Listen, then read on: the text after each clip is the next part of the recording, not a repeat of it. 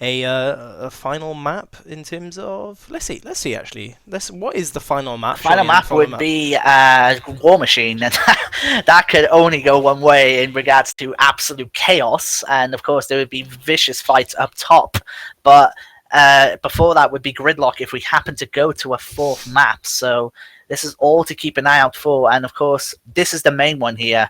And you look at it from the situation of, from Barrage, they have to win. Like, we keep repeating this, but it's a fact. They have to win every game from now on.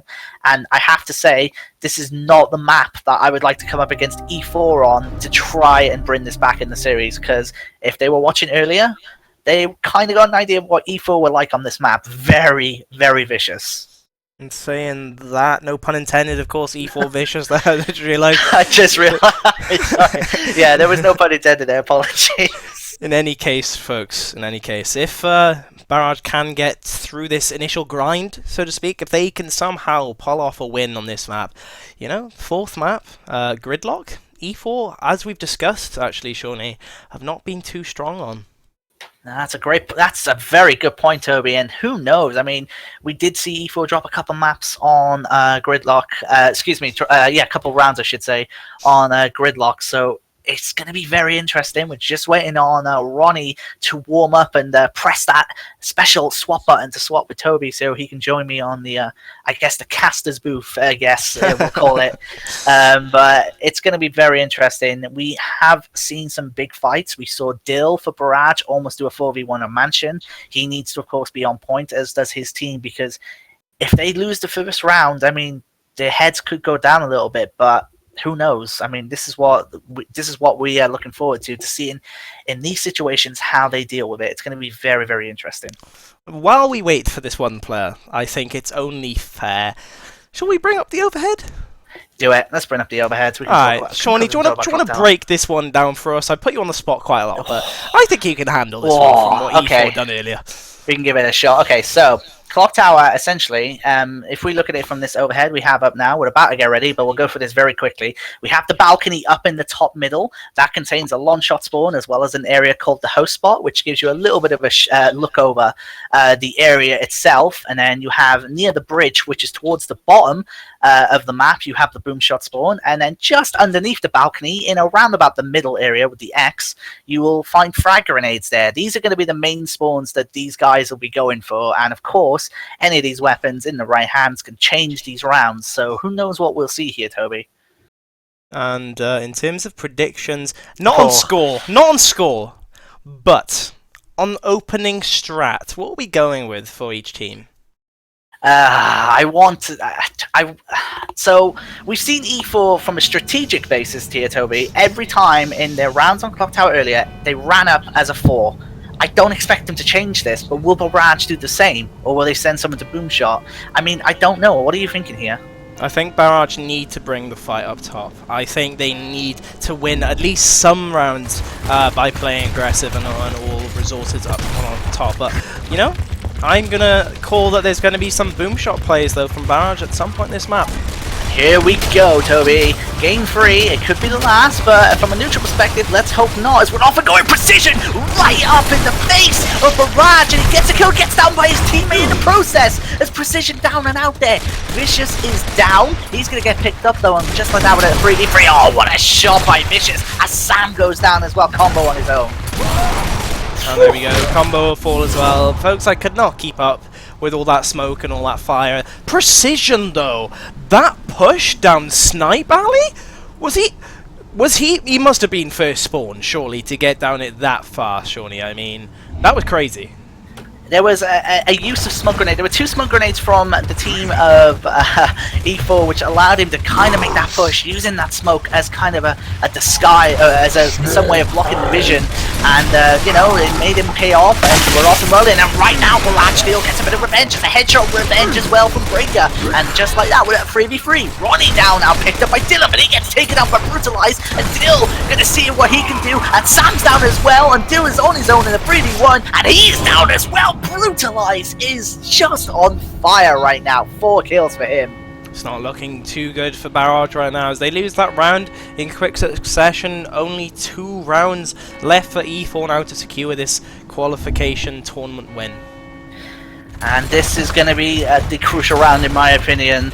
Round 3 is the big one, because if they take this, I really do feel E4 will be able to go on to a win. Barrage need to do something here, and we're off and rolling again. Big fight, but Ronnie is down again, as is brutalized. Both teams exchanging 1-for-1 on the downs. Shots going in, Dill with his second down on the round. Big kill by him, he gets taken out as he rolls. Brutalizes down by Sam, and as he gets that kill, Sam is brilliantly back with 2 big kills. His precision on his own against 3, and this should be Barrage's round, and it is. Just like that. What a response, Toby. Barrage come fighting and screaming back in that round, Shawnee. I mean, we saw them fly across the map, win their respective shotgun battles, and boy, did they do it in style.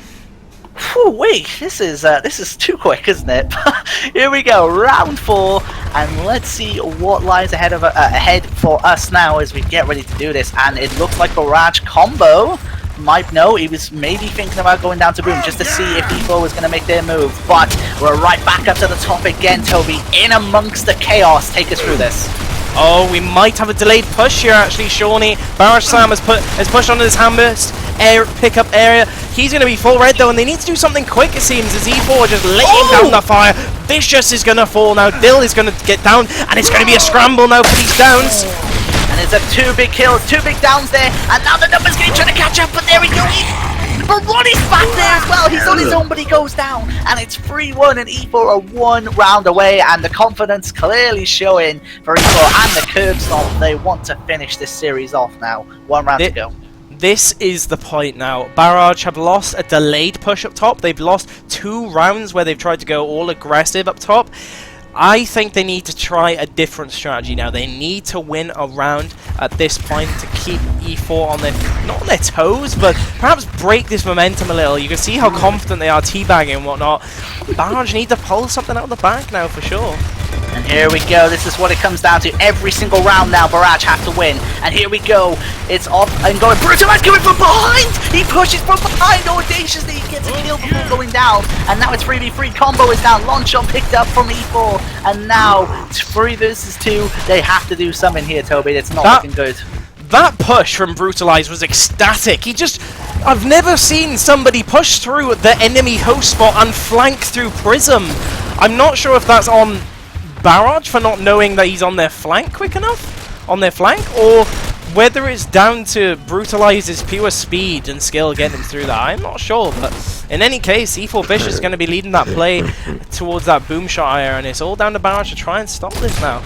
And a boom shot is picked up indeed, and Dill is going to maybe try and push a 1v1, but he is in big trouble. Of course, he has the numbers. There is a roll there. He gets the down. That's a big down via the teamwork there. There goes Ronnie, though, exploded in fire and explosions indeed, as Dill now going to see on his own what he can do, but he's in big trouble. 2 versus 1. He's wall back to what a kill! Big kill by Dill! Unbelievable kill! And Vicious is still going. He wants to kill, but Dill on the reaction shot might have just saved this game. Can he do this, Toby? He needs to do this now. He's going to be pumped. He needs to win this 1v1. Does he challenge though? E4 Vicious doesn't give him that choice.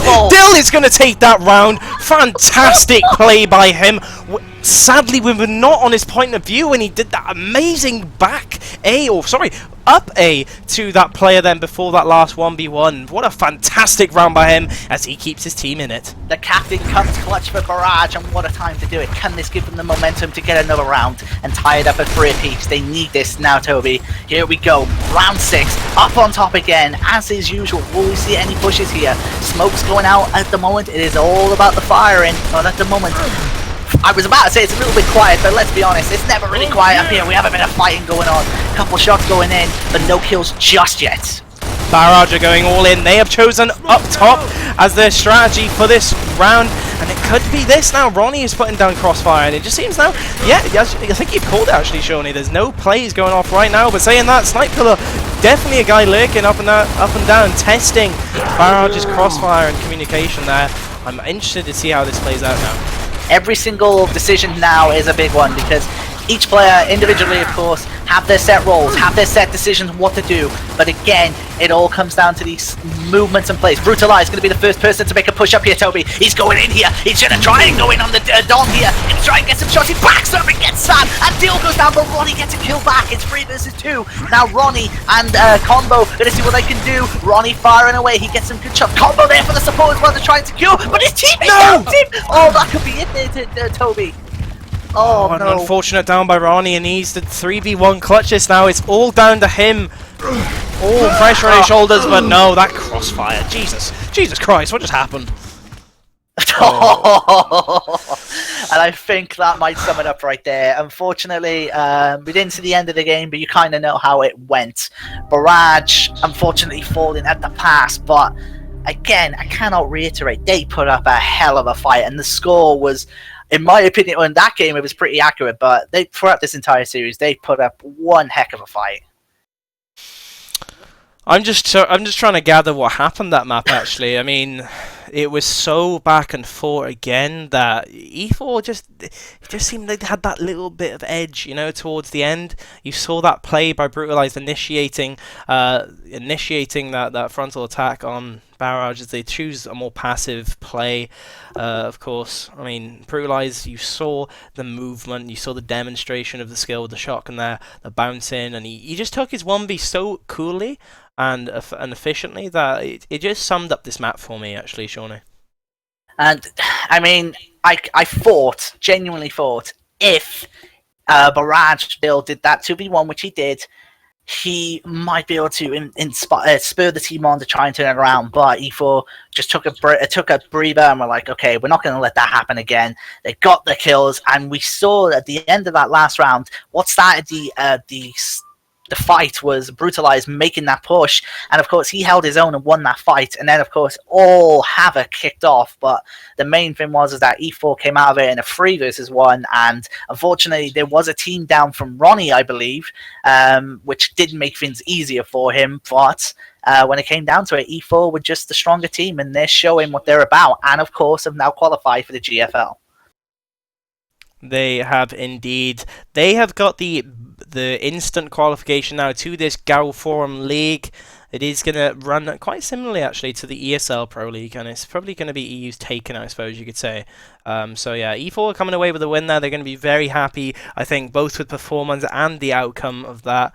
And definitely, I would say they're probably the strongest team going into this next qualifier on Sunday, Shawnee. And you wouldn't be wrong there, Toby, that's for sure, because, well, obviously, they would like to step it up, but that's not to say that we might have other teams who might have had a bad day, but might come back and be on such a roll that they might be able to get their way in. And this is why, like we mentioned this earlier, the seeding points are very important, because I mean, you can have a very bad first tournament, but there's 3 more to go, and if you can get decent placings in them, it might allow you to sneak into the GFL, and then you might be able to win the GFL because you've had that practice. Who knows? These are all the different scenarios to think about.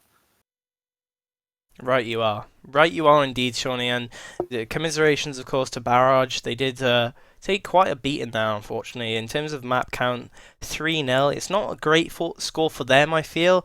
But personally, E4 were just too damn strong.